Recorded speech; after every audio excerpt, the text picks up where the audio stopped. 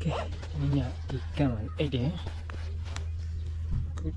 Oke, sama. Tutorial utama, tutorial utama. Tutorial utama.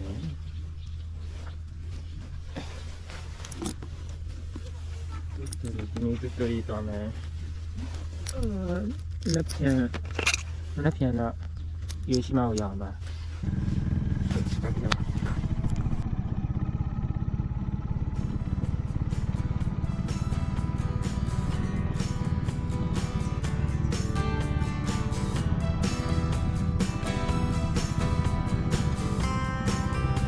Alo me mingla ba kya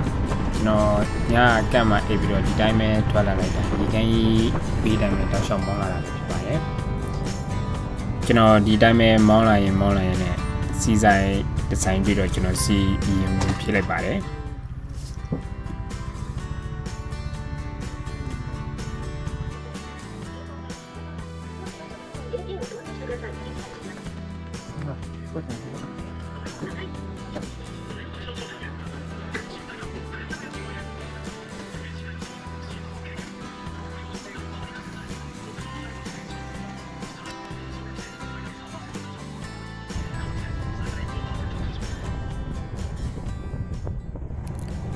ကျွန်တော်စီဆိုင်မှာစီဖြည့်ပြီးတော့ဒါပေမဲ့မောင်းလာလိုက်တာလမ်းမှာလည်းဆိုင်ကယ်သမားတွေအများကြီးပဲတွေ့ရပါတယ်တကယ်ပါဆိုင်ကယ်နဲ့ခီးသွားတာတကယ်ကိုမိုက်ပါတယ်တကယ်မိုက်ပါတယ်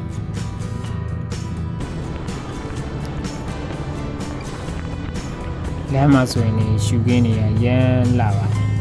လမ်းမှာကျွန်တော်လှရင်ထင်းတဲ့နေရာတွေကိုဆင်းပြီးတော့ဓာတ်ပုံရိုက်လိုက်နားလိုက်မောင်းလိုက်နဲ့ကျွန်တော်မောင်းလာလိုက်တာနေချင်းစာကိုလည်းကျွန်တော်လမ်းမှာတွေ့ဆိုင်မှာပဲကျွန်တော်ဝင်စားလိုက်ပါတယ်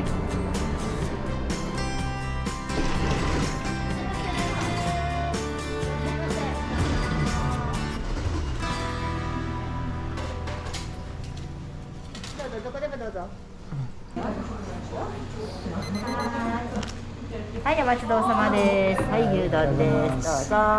はい。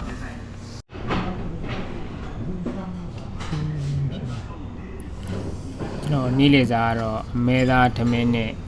ရင်းကြီးဟင်းလေးနဲ့ပဲဖြစ်ပါတယ်။ဘာရမ်းစာနေလို့လားတော့မသိဘူး။ရမ်းစာလို့ကောင်းပါတယ်။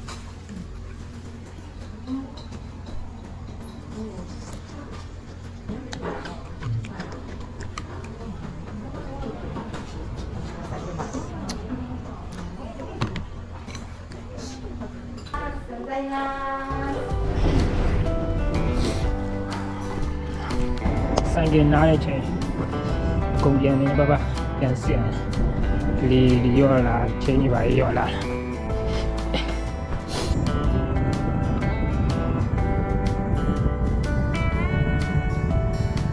ကျွန်တော်ဓမင်းနေ့လေသာဓမင်းစားတော့ပြီးတော့စီးပဲမောင်းလာတာပဲဖြစ်ပါတယ်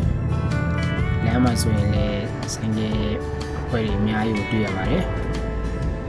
ရှူခင်းနေရလည်းတကယ်လှပါတယ်ဒါပေမဲ့ကျွန်တော်ဒီစီပဲနားလိုက်မောင်းလိုက်နေပဲဒါရန်လိုက်ထနေနေရတယ်ဆိုကျွန်တော်ဆင်းပြီးတော့ဓာတ်ပုံပညာရဲလိုက်နဲ့မောင်းလာတာပဲဖြစ်ပါတယ်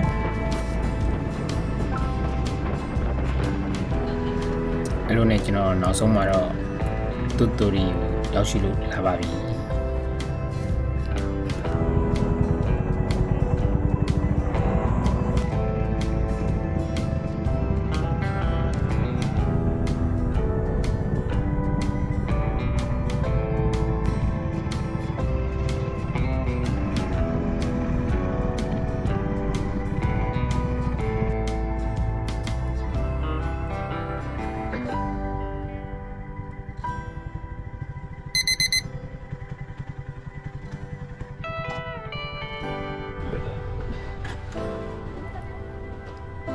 ခုဆိုရင်ကျွန်တော်တူတူရီမှာရှိတဲ့တဲတောင်နေရှိတဲ့နေရာကိုရောက်ရှိလာတာပဲဖြစ်ပါတယ်ကျွန်တော်တဲတောင်နေဘက်ကိုလမ်းကူသွားနေတာပဲဖြစ်ပါတယ်လမ်းဘေးမှာဆိုရင်လည်းဒီမတ်တရပစ္စည်းဆိုင်တွေမုံဆိုင်တွေရေကမုံဆိုင်တွေအများကြီးရှိပါတယ်အများတွေကတော့ဟိုကေဘယ်ရုံးနဲ့ကူးကြပါတယ်ကျွန်တော်ကတော့ဒီတိုင်းပဲလမ်းဖြတ်ပြီးတော့ကူးလာပါတယ်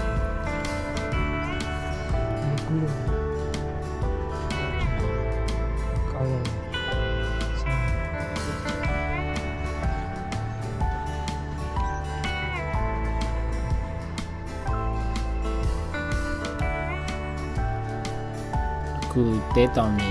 ဝင်တဲ့ဝင်လမ်းမှာဆိုရင်လည်းအပင်လေးကိုသူတို့တွေကာရင်ထားတာကိုတွေ့ရပါတယ်အပင်လေးလူသွားလာများတဲ့အတွက်အပင်လေးကိုထိခိုက်မှဆိုတဲ့အတွက်ခြံစည်းရိုးလေးတွေကတ်ထားတာပါ tuttori sandes ciao tuttori canaya ai sì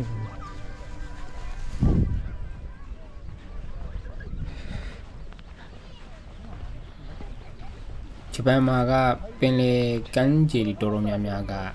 ဒီကြောက်ခဲတွေခဲတွေဖြစ်ပါတယ်เนาะအခုဒီနေရာကဘယ်လိုဖြစ်လို့တဲတောင်မြင်ဖြစ်နေတယ်ကျွန်တော်လည်းမသိပါဘူးဒီလိုနဲ့ကျွန်တော်အိမ်မှာပတ်ကြပင်လေပြင်းကိုတွေ့ပါတယ်ရမ်းလာပါတယ်ဒီလိုနဲ့ကျွန်တော်ဓာတ်ပုံတွေရိုက်လိုက်ဗီဒီယိုတွေရိုက်လိုက်ဂျပန်မာလေးတွေကိုလိုက်နေလိုက်နဲ့ကျွန်တော်အိမ်မှာအချိန်နိုင်ဝက်တနားလောက်ကုန်လုံးပြီးကုန်သွားပါတယ်ရမ်းလာပါတယ်ရှုတင်နေဂျပန်မာလေးလေးတော်တော်လှပါတယ်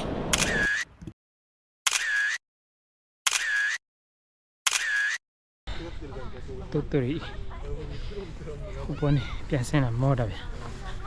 ကျွန်တော်ပြန်လာတော့ဒီထွန်းနာမှာလာကြီးနှစ်ကောင်တွေ့ပါတယ်လာကြီးစီးကျင်တဲ့လူတွေအတွက်တော့စိတ်မကောင်းပါဘူးစီးလို့တော့မရဘူးဒါပေမဲ့တက်ခွာပြီးတက်ပုံတော့ရောက်လို့ရပါတယ် fatti mia samponi okay ကျွန်တော်တဲတောင်မြင်မွားနေပြန်ဆင်းလာပြီးတော့ဒီအမတ်တရပစ္စည်းဆိုင်တန်းနေမုံဆိုင်တန်းနေရောက်တော့ကျွန်တော်အစရေကမုံဝင်စားမယ်လို့စိတ်ကူးထားပေမဲ့ပူတင်ဆိုင်ကောင်မလေးချစ်စရာလေးမလို့ကျွန်တော်ပူတင်မဲ့ဝင်စားလိုက်ပါတယ်ဒီပူတင်တပူကတော့ရမ်းချော့ချက်ပေးရပါတယ်ရမ်းချဖို့ကောင်းပါတယ်အဲမှလို့ဈေးတန်ပါတယ်လို့ပြောတာပါ facciamo ပူတင်ရဲ့ရတာတော့စိမ့်စိမ့်လေးနဲ့စားလို့ကောင်းပါတယ်အချိုကြိုက်တဲ့သူတွေအတွက်လည်းအချိုထည့်စားဖို့အတွက်ဒီတခြားတို့လေးလည်းပါပါတယ်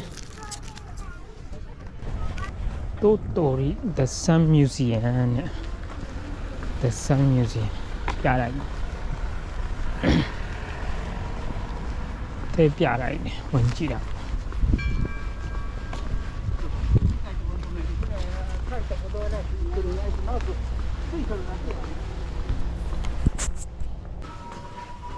ကျွန်တော်ပူတင်နေပါရီစားတော့ခဏနာပြီးတော့ဒီအနီးနားမှာရှိတဲ့ဒီတဲနဲ့လှုပ်ထားတဲ့ပပူတွေရှိတဲ့ပြားတိုက်ဒီကိုကျွန်တော်ဝင်ကြည့်မှပဲဖြစ်ပါတယ်ဒီပြားတိုက်ဝင်ကြည့်ရတော့တယောက်ကိုလောင်းရှယ်ပြပြရပါတယ်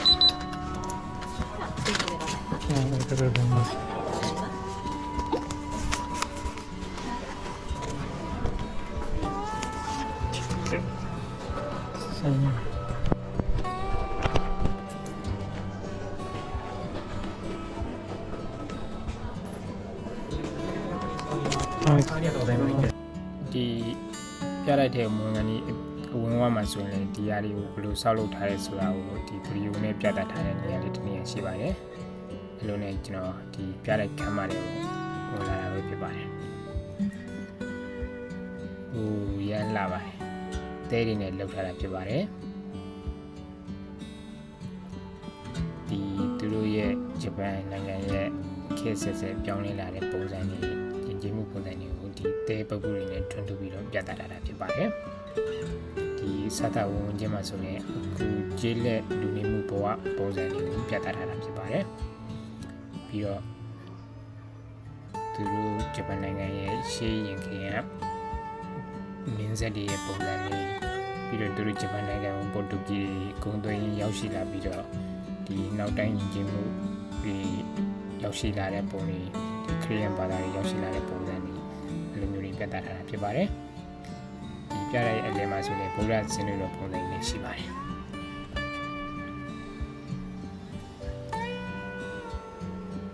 ဒါပြီးတော့သူဂျပန်နိုင်ငံကရှိတဲ့ဒီတာရဲတရိဆိုင်တွေရဲ့ပုံစံမျိုးလည်းပြသထားတာဖြစ်ပါတယ်။ပြီးတော့ဒီဂျပန်အခုဆိုရင်ဒီဂျပန်ခင်မီတိုးတက်လာတဲ့ပုံစံတွေပြီးတော့ဒီနောက်ဆုံးအထွန်းနားမှာဆိုရင်လည်းယခုလက်ရှိတိုကျိုရဲ့ပုံစံနဲ့ဒုတိယကမ္ဘာစစ်တုန်းကဟီရိုရှီမာဘုံကျဲခံထားတဲ့ပုံစံကိုနှစ်ခုရှင်ပြီးတော့ပြသထားတာကိုလည်းတွေ့ရပါတယ်။အားလုံးကျေးဇူးတင်ပါတယ်။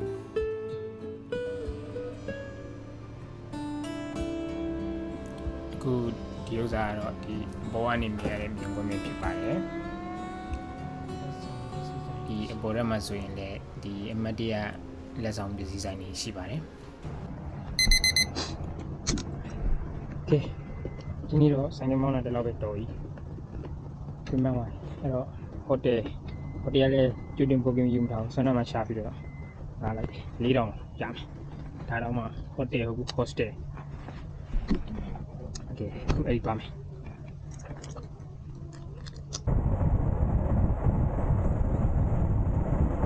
ခုဆိုရင်ကျွန်တော်ရတိုက်ကနေပြီးတော့ hostel ကိုမောင်းလာတာပဲဖြစ်ပါတယ်ဒီ hostel ကတော့တူတူရီမြို့ထဲမှာရှိတဲ့ဘူတန်နာမှာပဲဖြစ်ပါတယ်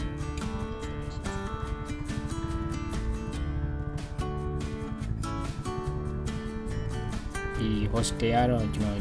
ကျွတ်တင် booking ယူထားတာမဟုတ်တဲ့အတွက်ကြတော့ဈေးနည်းနည်းလေးများတယ်လို့တော့ထင်ပါတယ်ဒါပေမဲ့လည်းမတတ်နိုင်ဘူးဘယ်ချိန်ဘယ်နေရာရောက်မယ်ဆိုတာမသိတဲ့အတွက်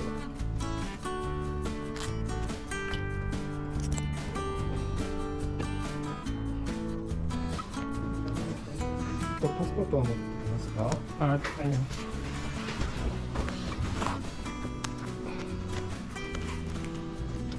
サインペルで大丈夫大丈夫です。はいありがとうございます。こちらで部屋にちょっとしておきますので。はいわかりましたすみません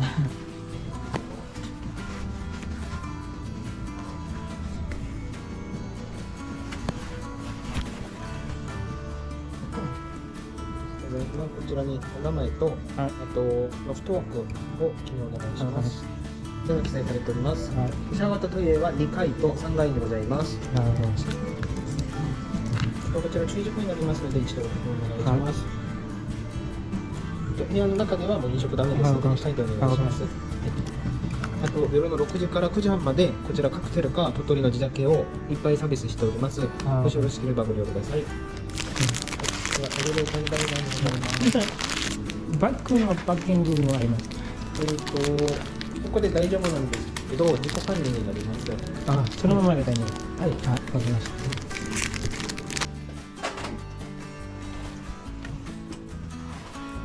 ကဲဒီနေ့ညအတွက်အိပ်ဖို့နေရာတော့ရသွားပါပြီဆိုင်ကလည်းအစာအုပ်ရဲ့ရှိမှပဲရက်လို့ရတယ်ဆိုတော့အဆင်ပြေပါတယ်ခန်းကတော့ကျင်းပါတယ်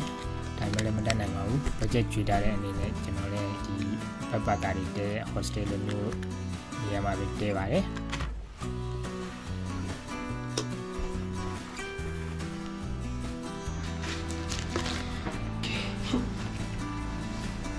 ရေချူလာရေချူလာ ကျွန်တော်ခန်းမှာပစ္စည်းတွေပါတွေ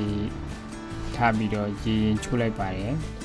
ပြီးတော့အဝတ်တွေကိုလည်းမနေ့ကဝတ်တွေနဲ့ဒီနေ့ဝတ်တွေကိုဒီမှာပဲကျွန်တော်ပေါင်းပြီးတော့ရှော့လိုက်ပါတယ်ဒီဝတ်ရှော့ဆက်ကတော့အကျွေးကြီးထည့်ပြီးတော့ရှော့ရတာဖြစ်ပါတယ်ခင်ဗျာဗီဒီယိုကအရန်ရှိသွားပြီလို့လည်းထင်ပါတယ်အဲကြောင့်မလို့ဒီနေ့တော့ဒီမှာပဲနားလိုက်ပါတော့မယ်ခင်ဗျာအားလုံးကျေးဇူးတင်ပါတယ်